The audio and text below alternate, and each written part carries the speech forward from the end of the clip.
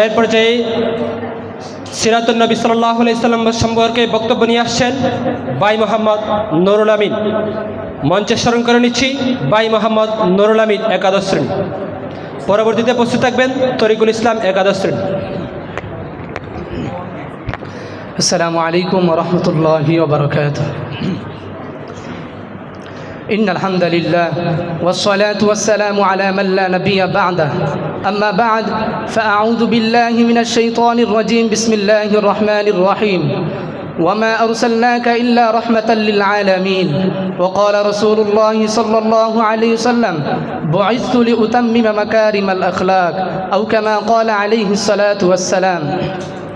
অধ্যক্ষর আয়োজিত আসসালাম ছাত্র সংসদ আজকের সিরাতুন নবী সাল্লাল্লাহু আলাইহি সাল্লাম অনুষ্ঠানের সম্মানিত সভাপতি, অভিজ্ঞ বিচারক মণ্ডলী এবং আমার সামনে উপস্থিত বাংলার দূর দূরান্ত থেকে আলিম পিপাসিত ভাইয়েরা, সকলকে জানাই আন্তরিক শুভেচ্ছা মুবারকবাদ। প্রিয় উপস্থিতি, আপনারা অবশ্যই অবগত আছেন আমাকে একটি বিষয় দেওয়া হয়েছে সিরাতুন নবী সাল্লাল্লাহু আলাইহি সাল্লাম। উক্ত বিষয়ের উপর কিছু আলোচনা করার চেষ্টা করব। আমা তৌফিক ইল্লা বিল্লাহ। প্রিয় উপস্থিতি, আজ থেকে প্রায় 1000 বছর আগের কথা। পৃথিবী তখন অন্ধকারে ডুবেছিল।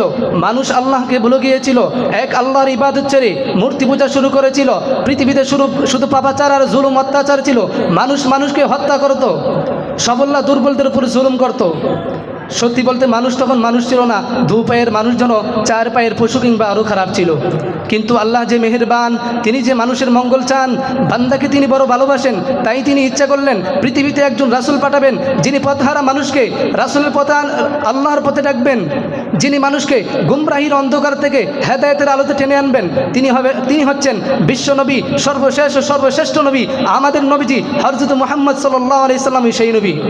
আল্লাহ তাআলা তাকে গোটা বিশ্ব জগতের জন্য রহমত স্বরূপ প্রেরণ করেছেন, যেমনটা আল্লাহ কোরআনে বলে দিয়েছেন, ওয়ামা আরসালনাকা ইল্লা রাহমাতাল লিল আলামিন। মুহতারাম হাজিরিন, রাসূল আরবি সাল্লাল্লাহু আলাইহি সাল্লাম মক্কার নগরীর কুরাইশ বংশে জন্মগ্রহণ করেন। দিনটি ছিল সোমবার, কিন্তু তারিখ নিয়ে মতভেদ রয়েছে। কারো মতে 8 রবিউল আউয়াল, কারো মতে 9, কারো মতে 11, কারো মতে 12 রবিউল আউয়াল সোমবার সুবহ সাদিকের সময় মা আমিনার উপর আলো করে জন্মগ্রহণ করেন।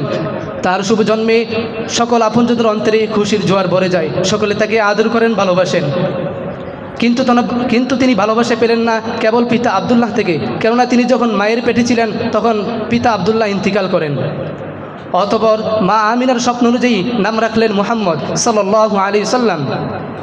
অতঃপর তিনি যখন 6 বছর উপনীত হলেন তখন মা আমিনা ইন্তিকাল করেন। তার 2 বছর পর দাদা আব্দুল মুতালিবও ইন্তিকাল করেন।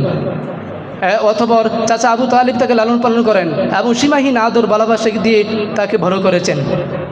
এমনকি তিনি যখন নবী হয়েছেন এবং গোটা আরব তার শত্রু হয়েছে, তখনও চাচা আবু তালিব ছায়ার মতো তার পাশে ছিলেন।